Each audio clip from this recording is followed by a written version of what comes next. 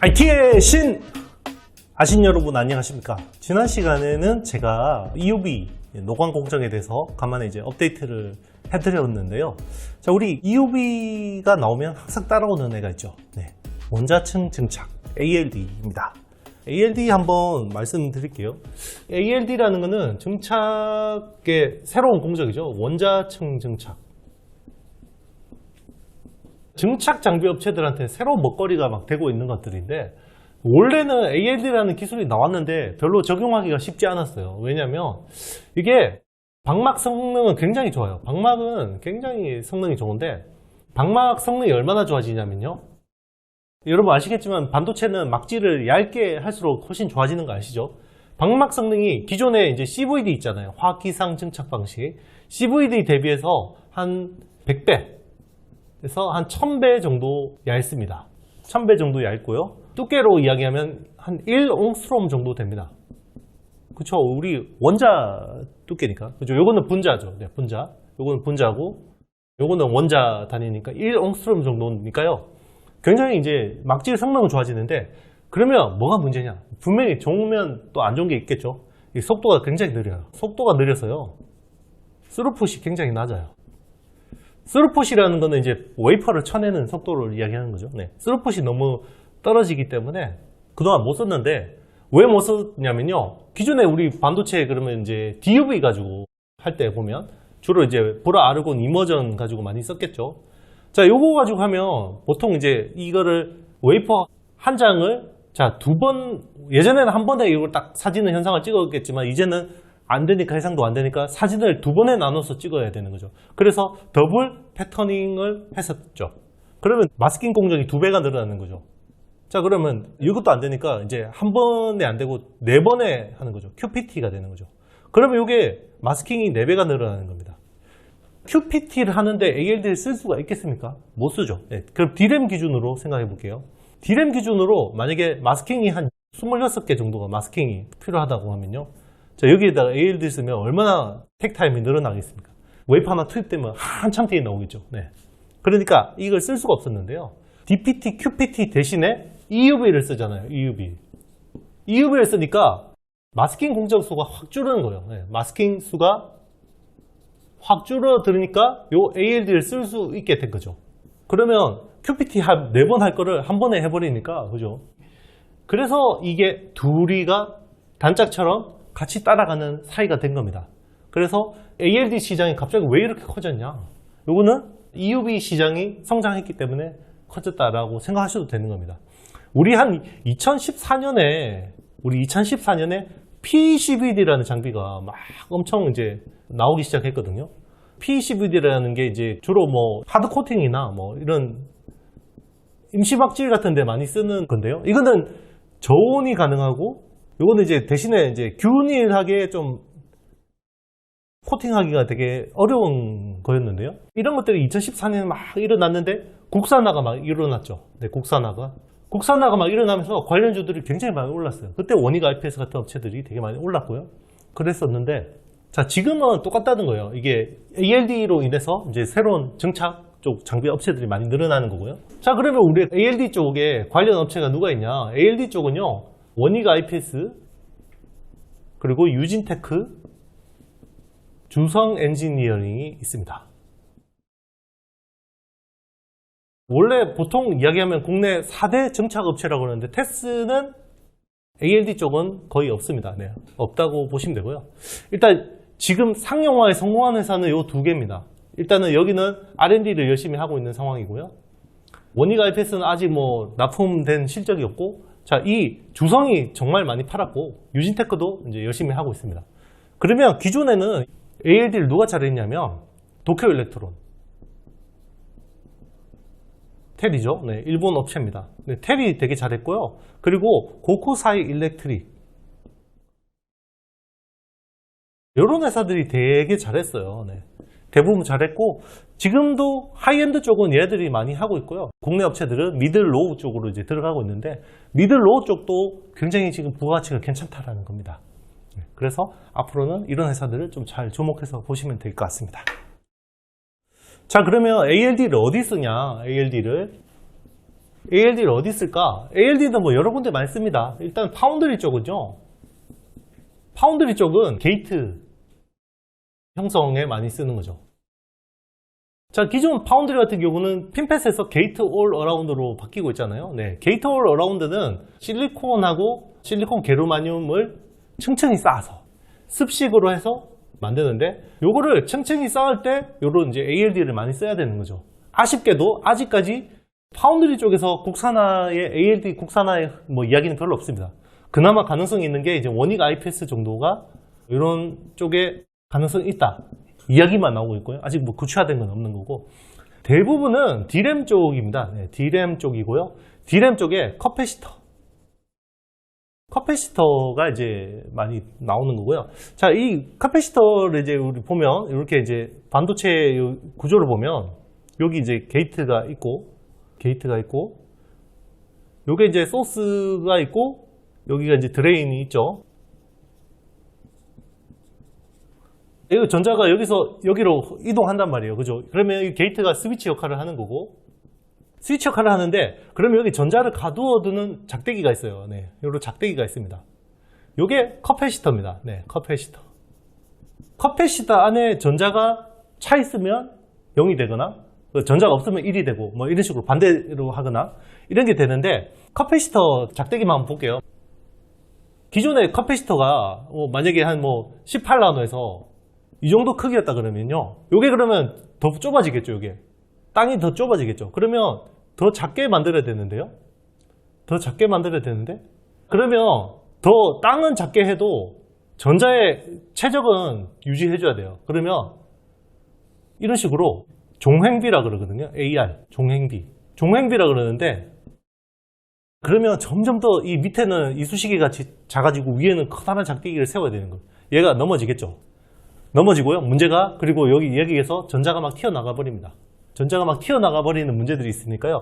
얘를 잘 이렇게 코팅을 시켜 놓는 거예요. 이렇게 막질에다가 잘 코팅을 시켜 놓는 겁니다. 요게 이제 뭐 절연막도 코팅하고 유전막도 코팅하고 하는데, 요게 ALD가 쓰이는 거예요. 유전막하고 절연막하고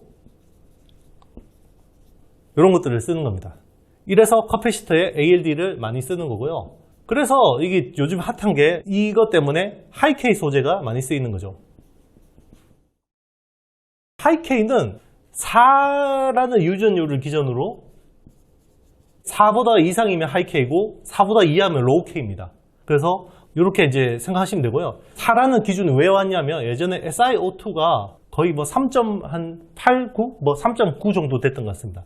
그래서 요게 기준으로 하이K, 로우K라는 물질이 생겼고, 자, 그러면 커패시터에서 기존에 이제 하이K 물질은요, 지르코늄 계열을 많이 썼습니다. 네, 지르코늄 계열을 많이 썼는데, 요게 점점 더 하프늄으로 많이 이동하는 추세예요. 그런데 하프늄은 굉장히 또 난이도가 높고 좀 까다롭습니다. 그래서 하프늄을 하기가 쉽지 않은데, 요거를 잘하는 회사가 이제 일본의 아데카라는 회사가 굉장히 잘합니다. 네, 아데카라는 회사가 잘하는데, 요거를 이제 DNF가 요거를 이제 국산화를 하려고 열심히 투자하고 있고, 신공장 이제 완공이 됐고요.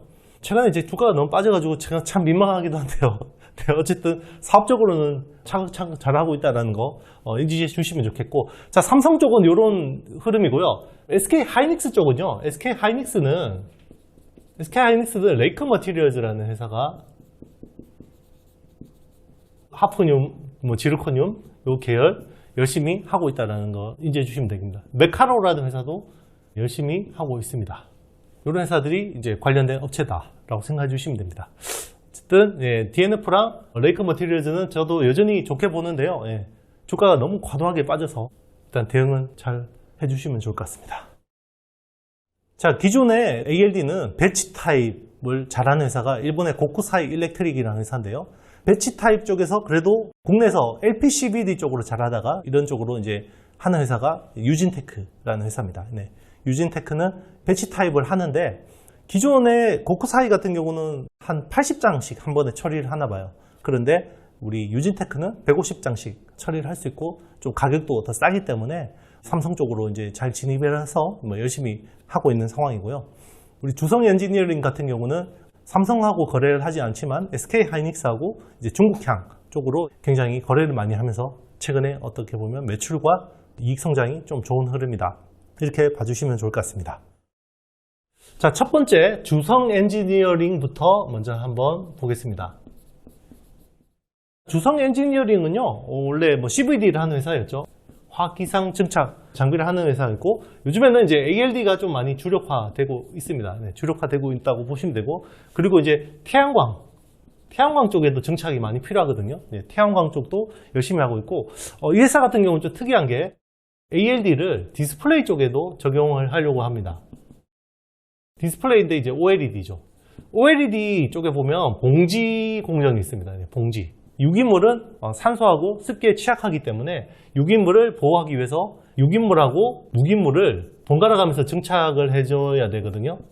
요거를 기존에 CVD를 주로 했는데, 이 CVD 대신에 요거를 ALD로 하면 훨씬 수명이나 뭐 이런 효율이 좋아지기 때문에 대신에 이제 뭐 공정 가격은 올라가겠죠. 그러니까 요게 기존의 스마트폰에서 요게 태블릿 PC 쪽으로 OLED가 좀 확장되고 있잖아요. 노트북 PC하고. 근데 이제 스마트폰 같은 경우는 뭐 교체 사이클이 2, 3년 정도니까, 자, 2, 3년 정도는 쓸 수 있는데, 요게 태블릿하고 노트북은 뭐 4, 5년 이상 쓰죠. 그러다 보니까 요 패널의 수명이 중요해지다 보니까 요 ALD를 쓰려고 하는 겁니다. 그래서 주성 엔지니어링하고 요 소재는 이제 DNF 같은 애들이 가능성이 있다. 요거는 이제 LG 쪽 이야기입니다. LG 디스플레이 쪽. 그리고 삼성 디스플레이도 뭐 할 가능성이 있으니까요. 뭐 이런 것들을 한다고 생각하시면 되고요. 그리고 ALD 같은 경우도 주성이 굉장히 잘 한다. 네, 그렇게 생각하시면 됩니다. 기존에는 10분할 방식으로 하다가 공간 분할로 하면서 굉장히 또 효율을 높였다. 이렇게 생각하시면 됩니다. 자, 두 번째 소개드릴 회사는요, 유진테크입니다. 네, 유진테크. 유진테크는 원래 LPCVD 쪽을 굉장히 잘하던 회사였죠. LPCVD하고 트리트먼트. 이런 장비를 하다가 이 ALD 쪽으로 진출을 했고, 주로 배치 타입. 이제 한 번에 150장씩 하는 이런 장비를 많이 하고 있다고 생각하시면 되고요. 플라즈마 트리트먼트 같은 경우는 이 산화막이나 질화막을 열 처리하는 장비라고 생각하시면 됩니다. 열 처리라고 생각하시면 되고요. LPCVD 자체도 이게 고온에 쓰는 공정이거든요. 그렇기 때문에 이제 이런 기술 기반을 가지고 ALD 쪽으로 진출을 했다고 생각하시면 됩니다. 자, 그리고 원익 IPS, 원익 IPS 한번 보겠습니다. 원익 IPS는 뭐 PCVD 하는 회사죠. PCVD 하는 회사고요. 카드마스크 코팅이나 뭐 이런 쪽에 이제 많이 쓰는 거고, 2014년에 이 플라즈마를 가지고 PCVD가 이제 수요가 확 늘어날 때 국산화를 해서 좀 기회를 잡았던 회사고, 삼성하고 거래 관계가 굉장히 좋습니다. 그래서 지금 개발하는 것도 PALD라는 겁니다. PALD라는 거고요. 그래서 아무래도 기존의 국내 업체들이 하는 ALD보다는 좀 난이도가 좀 더 있는 편이고요. 그래서 지금 삼성하고 열심히 공동 개발을 하고 있고, 이에 따라서 연구개발비도 굉장히 많이 들어가고 있는 상황입니다.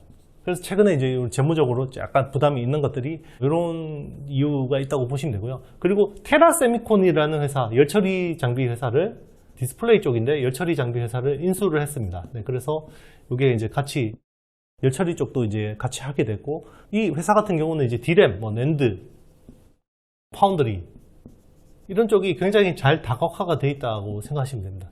다각화가 되어 있는데 삼성 의존도가 높다라는 거.